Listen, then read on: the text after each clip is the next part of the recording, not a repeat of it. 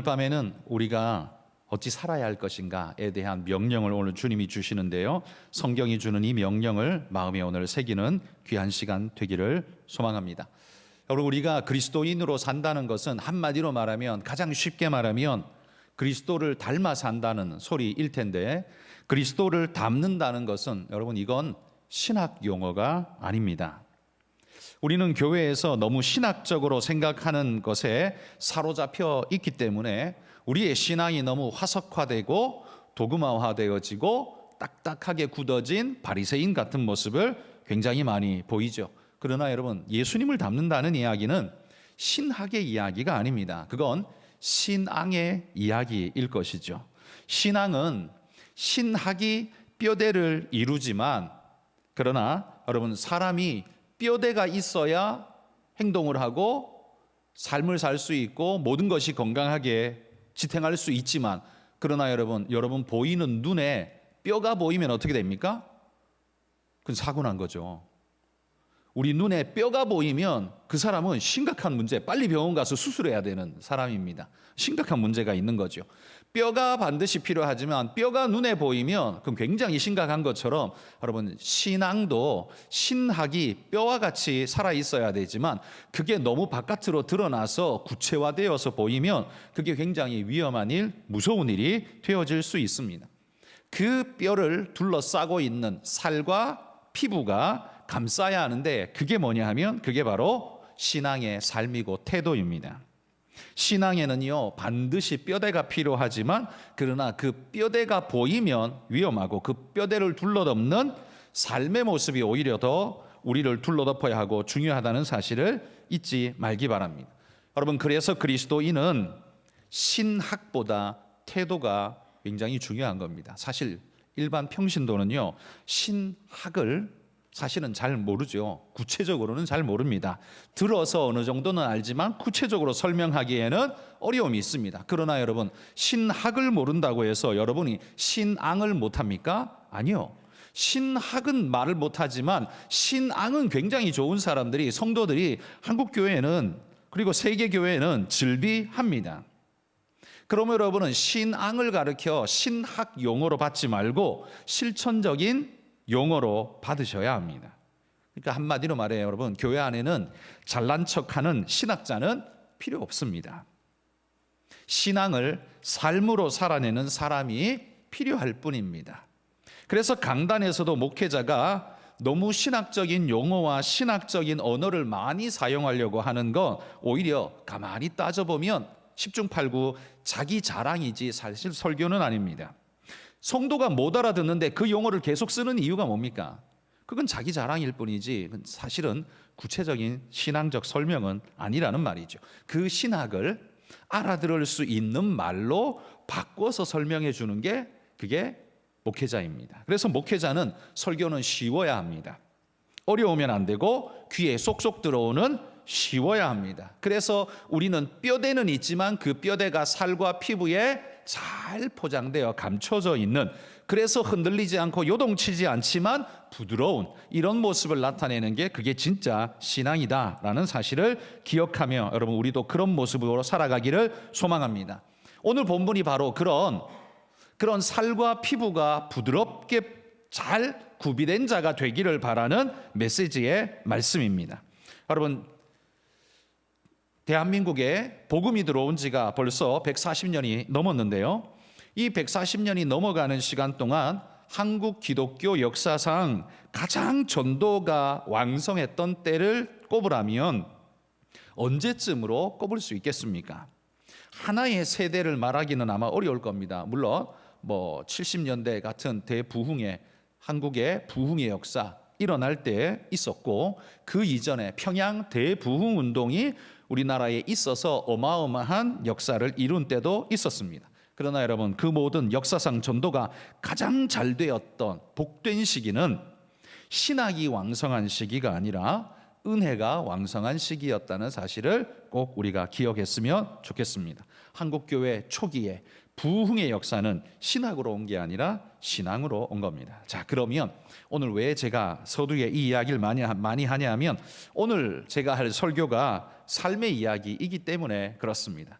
오늘 성경이 우리에게 사도 바울이 에베소 교회를 향해 그리고 우리를 향해 세 가지의 명령을 하고 있습니다. 그건 삶의 이야기입니다. 이건 누구에게 말해도 다 통용될 수 있는 말을 지금 하고 있습니다. 그 세 가지가 뭔지 우리 마음에 새기면서 여러분 그렇게 살아가기를 결단하시기를 바랍니다. 첫 번째는요, 32절에 보십시오. 서로 친절하게 하라고 명령하고 있습니다. 여러분, 신앙인이 친절하지 않으면 신앙인입니까? 친절하지 않아도 신앙은 가질 수 있지만 반대로 신앙인이 친절하지 않은 거, 이거 뭔가 굉장히 어색하고 이상한 모양처럼 보일 수밖에 없습니다. 진짜 신앙인은 친절해야 합니다. 왜냐하면 옛날 개역 한글팔 버전에는 친절하라고 말하는 게 아니라 인자하게 행하라 이렇게 표현을 했거든요. 그런데 이 인자하게라는 이 표현이, 이 단어는 누구의 특징이겠습니까? 인자하다, 이건 우리 하나님의 특징입니다. 인자한 것은. 그래서 그리스도인은 우리의 아버지 되시는 하나님의 성품을 닮아서 그분의 가문의 특성을 나타내는 존재로 살아야 합니다. 여러분, 이 인자함의 특징은 어떤 특징일까요? 그 인자한 사람은 어떤 모습을 보입니까? 인자한 사람은 공통적으로 보면요, 타인의 필요를 먼저 깊이 생각해 줄 알고 거기에 관심을 두고 말을 하거나 행동을 하거나 태도를 취하는 사람이 보통 인자한 사람입니다. 그래서 그 사람이 필요한 게 뭔지 눈에 먼저 보여서 그걸 말하기도 전에 먼저 넌지시 제공해 줄 수 있으면 그 사람 인자한 사람이에요. 그 사람이 아파하는 부분이 있으면 그걸 미리 알아보고 쓰다듬어 줄 수 있고 위로해 주고 다독여 줄 수 있는 사람, 인자한 사람이에요. 그 사람이 싫어하는 게 뭔가가 있고 굉장히 불편해하는 게 있다면 그 눈치를 채고서 그걸 피해 줄 수 있고 말하지 않고 덮어줄 수 있고 건너갈 수 있는 사람이 인자한 사람이에요. 그 사람의 공통점은 자기 중심적으로 말하고 행동하지 않고 타인 중심으로 말하고 행동하는 사람의 특징을 가지고 있습니다. 그래서 인자함의 특징은 항상 남을 먼저 생각한다라는 겁니다. 그런데 여러분, 이 인자함의 반대의 특징은 마귀적인 특징이죠. 마귀는 어떤 특징이 있습니까? 아픈 곳을 찌르고 불편하고 숨기고 싶은 걸 까발리며 드러내고 조롱을 하고 놀리며 동정하는 마음이 전혀 없이 공격하는 사람, 이게 마귀의 특징 아닙니까? 그러니까 마귀의 특징은 한마디로 주님의 하나님의 인자함의 특징의 완전 반대편에 서 있는 모습이라고 보면 됩니다. 그러기에 여러분, 우리의 그리스도인이라는 우리의 삶의 태도와 자세에서 뼈대는 신학이 살아있는데 여러분의 삶의 근육과 살과 가죽이, 피부가 부드러운 인자함의 피부를 가지고 있는지를 돌아보십시오. 그게 없다면 주님을 닮은 게 아니죠. 마귀를 닮은 것이 된다면 우리는 하나님의 자녀라고 말할 수가 없을 겁니다. 그래서 사도 바울이 오늘 성경이 우리에게 명령하기를 인자할 것을 명령하고 있습니다. 분명하고 구체적으로 똑부러지게 일을 하는 것도 좋지만 그 대표적인 인물이 저 아닙니까? 제가 흐리멍텅하게 일하는 걸 제일 싫어합니다. 이게 또도 아니고 개도 아니고 이게 이렇게 일하는 거 정말 속이 터져가지고 쳐다보지를 못합니다. 제가 어릴 때부터 저희 아버님이 일을 워낙 그렇게 구체적으로 하는 분이라 제가 그렇게 욕먹고 컸거든요. 야, 자로 잰 듯이 일을 해야지. 이게 두 번 손가게 일하지 마라. 항상 그렇게 이야기를 들었거든요. 그래서 그게 체질에 배어 있는 사람입니다. 그리고 그렇게 살다 보니까 그게 편해요. 왜? 처음 할 때는 힘든데요, 두 번 일할 일이 없거든요. 그러니까 오히려 결과적으로 보면 에너지가 세이브되고 또 편합니다. 그리고 남들에게 딴소리 듣지 않고 인정받을 수 있는 그런 모습을 또 보이기도 합니다. 어쨌든 여러분, 이 구체적이고 분명한 모습으로 일하는 거, 이건 여러분 굉장히 좋은 일이죠. 하지만 여러분, 그러다 보니까 어떤 일이 벌어지냐 하면 인자함의 모습보다는 너무 날카로운 모습이 많이 나타나더라는 겁니다. 저는 여러분, 지금 제가 제 모습이 그래도 옛날보다는 많이 개과천선한 겁니다. 다행인 줄 아십시오. 저를 20대에 만났으면 너무너무 힘들었을 텐데 저를 이 40, 50대에 만나셨으니 얼마나 큰 축복입니까? 다행입니다. 야, 그게 다행이면 정말 세상 말세다 이렇게 생각하실 분이 있을지 모르겠지만 제가 그랬어요. 그래서 거의 제가 대학생 때는요, 대학교 다닐 때 이 좀 민망스러운 이야기이긴 한데 저의 같이 공부했던 형님들이 저한테 그랬어요. 재호야, 옆에도 좀 보고 걸어라. 하도 직진만 하니까 눈을 딴 데 안 돌려요. 뭐 이렇게 뭐 데이트도 하고 누구 만나기도 하고 이래야 되는데 그런 게 하나 없어요. 오로지 그냥 직진만 하고 가니까 저는 대학 1학년 마치자마자 전도사 사역을 시작해서요. 그래서 사역 외에는 대학생 때 생각해 본 게 없습니다. 저는 캠퍼스의 낭만 없습니다. 저는 기도굴의 낭만만 있지 캠퍼스의 낭만은 없습니다. 축제 가본 일이 없습니다. 뭐 신학교에서 뭐 축제 해봐야 기껏 해봐야 뭐 별거 없어요. 재미도 없고 그래서 가지도 않습니다. 그러다 보니까 돌아보면 내가 지나간 길에 상처받는 이가 많이 생기는구나. 나는 잘못된 일을 한 건 아닌데 틀린 일을 한 건 아닌데 그런데 상처받는 이가 많이 생기는구나 라는 것을 점점 많이 나이가 들어가면서 그걸 깨달아가게 되는 거죠. 그래서 이걸 어떻게 보완하고 완충을 시켜야 될까를 그게 제게 아마 일생의 숙제인 것 같습니다. 제가 아마 60이 넘으면 좀 더 잘하지 않을까요? 그때까지 좀 기다려 주십시오. 제가 60이 넘으면 좀 더 잘할 것 같아요. 자, 어쨌든 여러분 그리스도인은 인자해야 합니다. 여러분 우리가 분명한 건 분명한 것이되 남을 먼저 배려하고 생각할 수 있는 마음 자체가 없다면 그건 이미 심각한 상태입니다. 그건 그리스도인이 아닌 겁니다. 여러분 우리가 인자하게 생각하고 친절한 태도를 가지며 남을 먼저 생각할 수 있는 그런 믿음의 일꾼들이 되시기를 소망합니다. 두 번째 명령은 이겁니다. 불쌍하게 여기라라고 말합니다. 불쌍하게 여기는 마음이 어떤 마음입니까? 한마디로 공감하는 마음입니다. 이 공감이라는 건 마치 전류가 서로 흘러서 통하듯이 그 사람이 마음이 흘러 내 마음을 적시고 지나갈 수 있는 그런 흐르는 마음을 가지고 있는 것이 공감하는 마음 아닙니까? 같이 느낀다는 겁니다. 이게 있기 때문에 여러분 인격적인 관계가 가능해집니다. 이게 없으면 인격적 관계라는 게 불가능합니다. 여러분 짐승도 본능적으로 감정을 가지고 있지만 이 짐승은 피해자에 대한 공감하는 기능이 없습니다. 사자가 짐승을 잡아먹을 때 물리면 되게 아프겠다 야. 그리고 잡아먹는 사자가 어디 있습니까? 확 깨물어 놓고 미안해 하는 사자가 세상에 어디 있습니까? 사자는 공감하는 마음이 없습니다. 일단 배가 불러야 되니까 무조건 물어 죽이고 잡아 죽이는 게 본능입니다. 짐승은요 피해자에 대한 공감하는 마음이 전혀 없고 공감이 아니라 공격하는 마음만 있습니다. 먹이로 보기 때문이죠. 그러나 여러분 주님의 마음을 한번 돌아보십시오.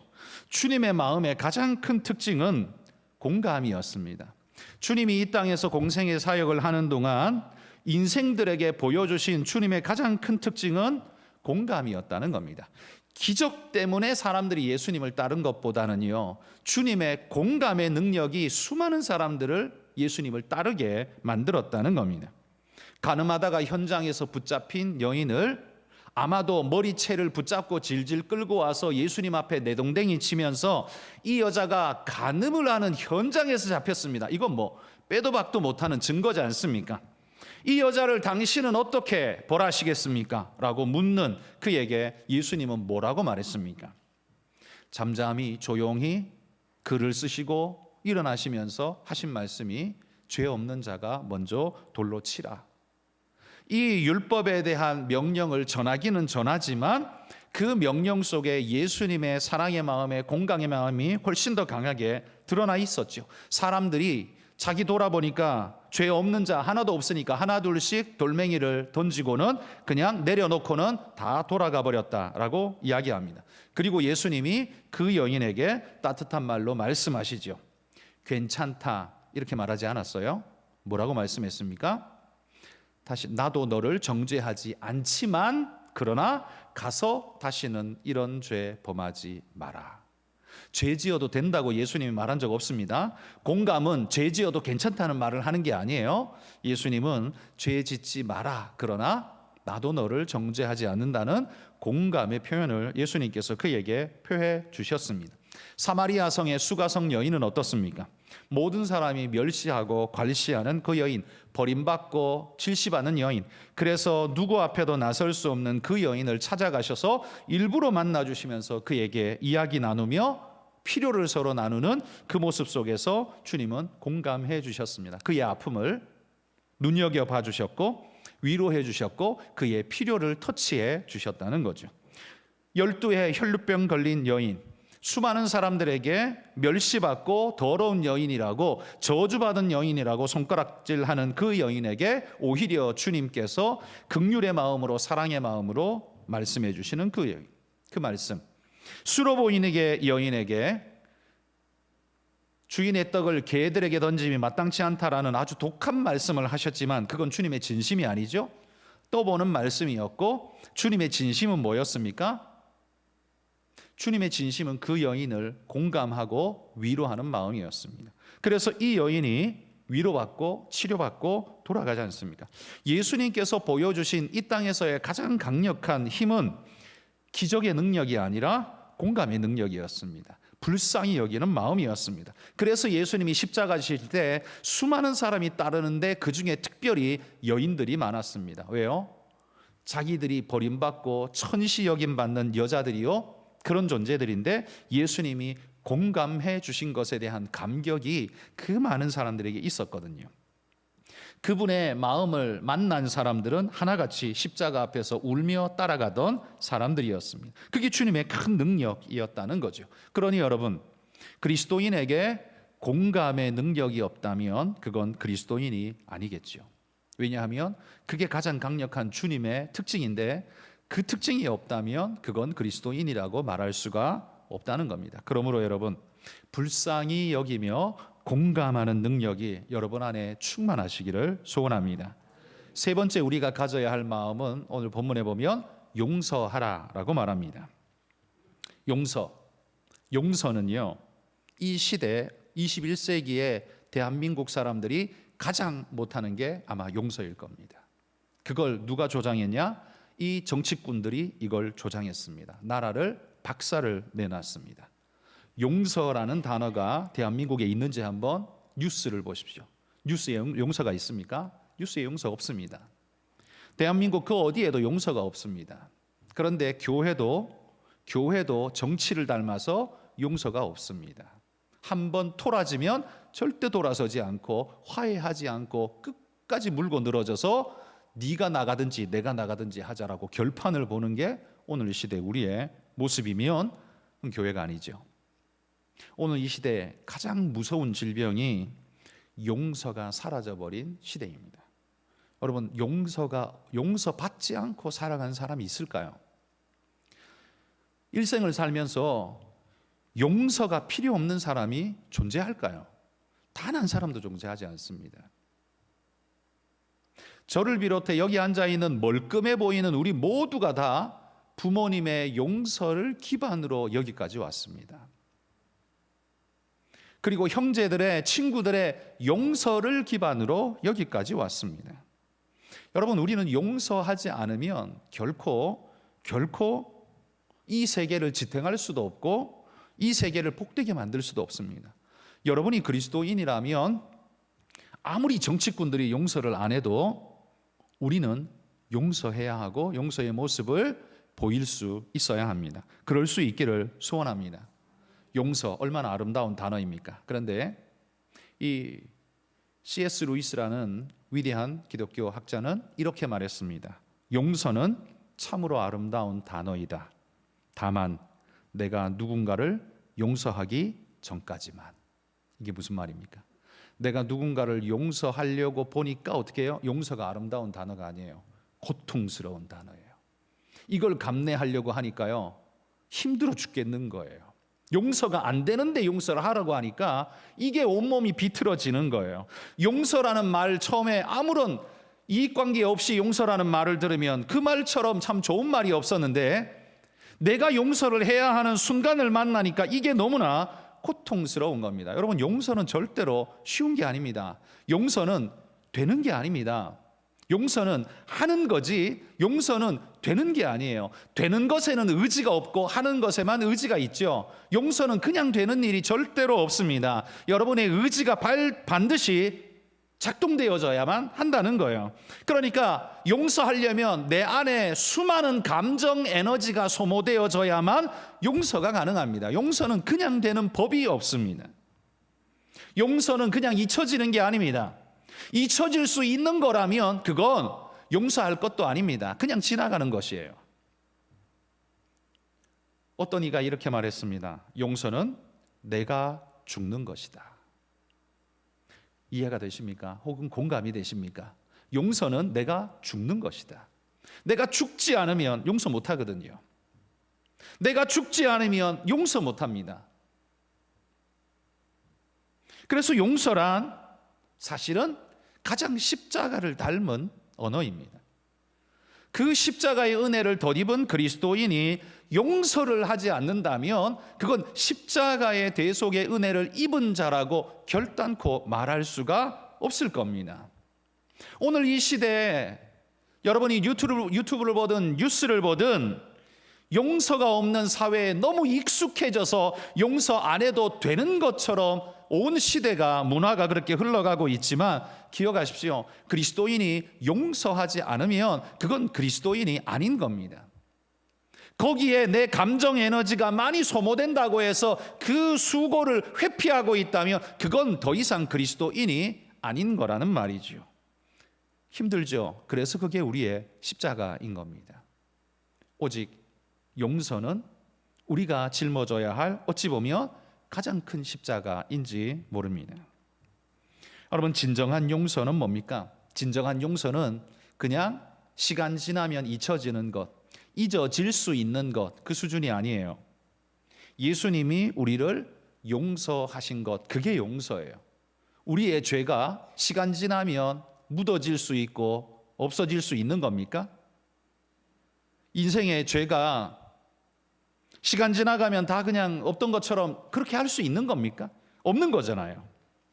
그렇기 때문에 예수님이 십자가를 지시면서 우리를 친히 당신의 보혈로 씻으시면서 굳이 용서를 하시는 것 아닙니까?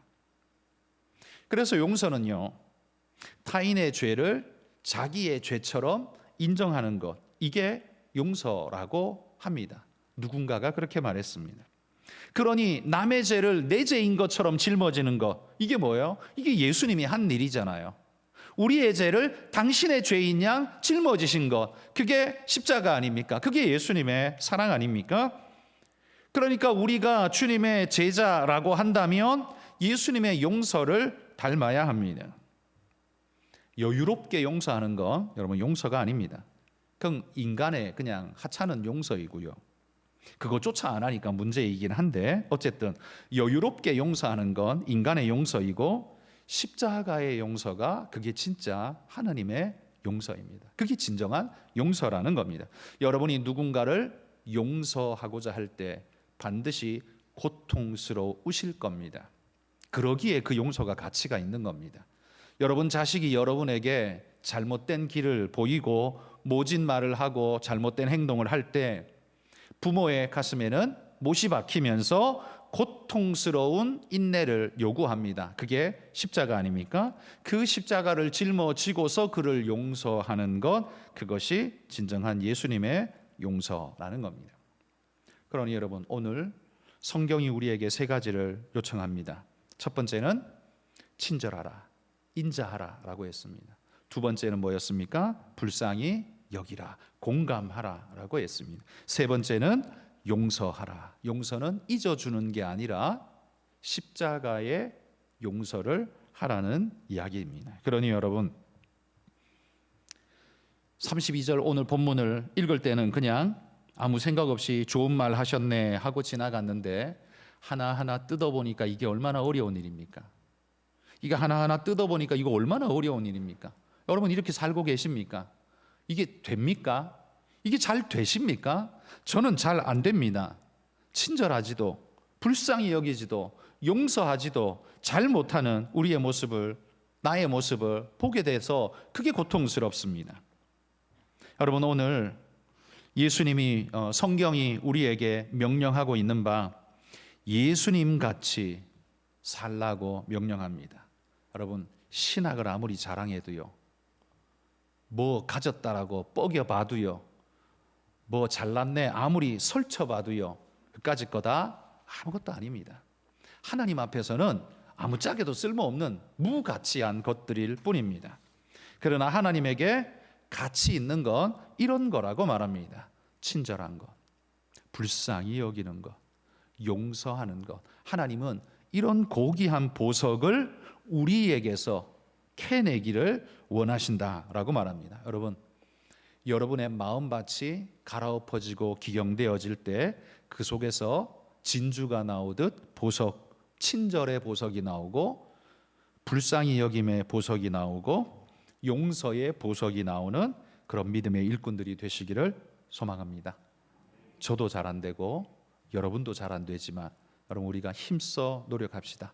세상 닮아가지 말고 이제는 교회에서부터 이런 모습이 진하게 나타나야 저 썩어 빠진 세상의 모습, 정치권들의 모습이 그나마 교회를 보면서 그래 저렇게 살아야 하지 않을까라는 모델이 있어야 이 사회도 바뀌지 않겠습니까? 여러분, 저기 보면서 따라가지 말고 여기를 하나님 말씀대로 만들어서 그들이 우리를 따라올 수 있도록 만들어갈 수 있는 그런 믿음의 귀한 일꾼들이 되시기를 소망합니다.